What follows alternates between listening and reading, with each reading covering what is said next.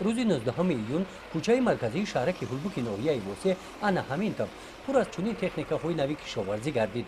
با مقصد اجرای دستور سپارش‌های اساسگذار صلح و وحدت ملی پیشوای ملت پرزیدنت جمهوری تاجیکستان محترم امامعلی رحمان بابت با تکنیک و ماشین‌آلات‌های کشاورزی تامین نمودن اهالی دهات در زمینه تطبیق مرحله دوم لایحه رشد چاره‌داری و چراگاه‌ها 19 عدد انا این گونه تکنیک‌های کشاورزی وارد کرده شدند و جمعیت‌های چراگاه استفاده برندگان ناحیه واسه 15 عدد و ناحیه همدانی 4 عدد تراکتورهای تمغه امتیازی دسترس گردیدند. عین زمان با دستگیری به واسطه حکومت جمهوری تاجیکستان و مبلغ‌گذاری فوند بین‌المللی رشد کشاورزی لایحه رشد چاره‌داری و چراگاه‌ها در 10 ناحیه منطقه کلاب عملی گردیده ایستاده است.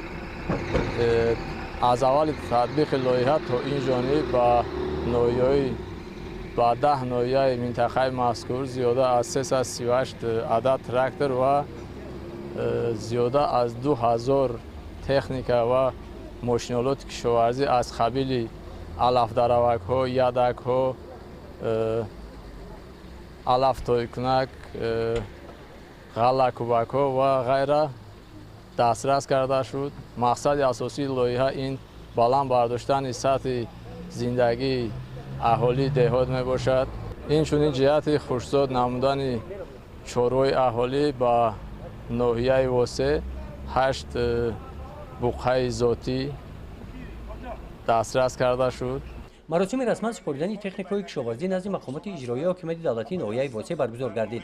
در چنین روزی خاطرمان رئیس ناحیه واسه، نمایندگان مقامات اجرایی حاکمیت دولتی ناحیه میرسید علی حمدانی، نمایندگان مؤسسه دولتی مرکز اداره لایحه رشد چاره‌داری و چراگاه‌ها، نمایندگان ریاست کشاورزی ولایت ختلان برآمد نموده قید نمودند که با دسترسی تکنیک‌های کشاورزی جمعیت‌های چراگاه استفاده برندگان اکنون امکانیت دارند که کارهای کشاورزی را سریع و در سطح و صفت بلند انجام دهند.